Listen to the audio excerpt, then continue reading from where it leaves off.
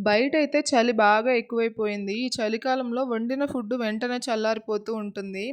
చల్లారిపోయిన food మనకే కాదండి, చిన్న పిల్లలకి కూడా తినడానికి చాలా ఇబ్బందిగా ఉంటుంది కదా! సో, వేడి వేడిగా కిచిడీ చేసి పెడదామని చెప్పేసి నైట్ అయితే మా పిల్లల కోసం కిచిడీ ప్రిపేర్ చేశాను. ఫస్ట్ అయితే కుక్కర్‌లో ఒక 3 స్పూన్స్ నెయ్యి వేసుకొని, అందులో కొంచెం జీలకర్ర వేసుకొని, ఇక్కడ నా దగ్గరున్న వెజిటబుల్స్ వేసుకున్నాననమాట. ఒక ఆనియన్, క్యారెట్, బీన్స్, ఒక టొమాటో వేసుకొని ఫ్రై చేసుకున్నాను. సో, ఇవన్నీ తొందరగా కుక్ అవ్వడానికి లైట్‌గా సాల్ట్, పసుపు కూడా వేసుకున్నా టేస్ట్‌కి సరిపడా. ఇంకా సో, అవన్నీ ఉడికిపోయిన తర్వాత నేను ముందే రైసు, మూంగ్ దాల్, మసూర్ దాల్ కడిగి ఒక 2 అవర్స్ నానబెట్టుకున్నాను. అవి గూడా ఈ వెజిటబుల్స్‌లో యాడ్ చేసుకొని ఎసురుకి సరిపడా వాటర్ గూడా వేసేసుకున్నాను. ఇంకా కొంచెం కొత్తిమీర వేసి వాళ్ళ టేస్ట్‌కి తగ్గట్టు కొంచెం కారం గూడా వేసి ఒక 3, 4 విజిల్స్ వచ్చేంత వరకు ఉడికించుకున్నా. ఆల్రెడీ నానబెట్టుకున్న రైసే గాబట్టి చాలా మెత్తగా ఉడికిపోయింది.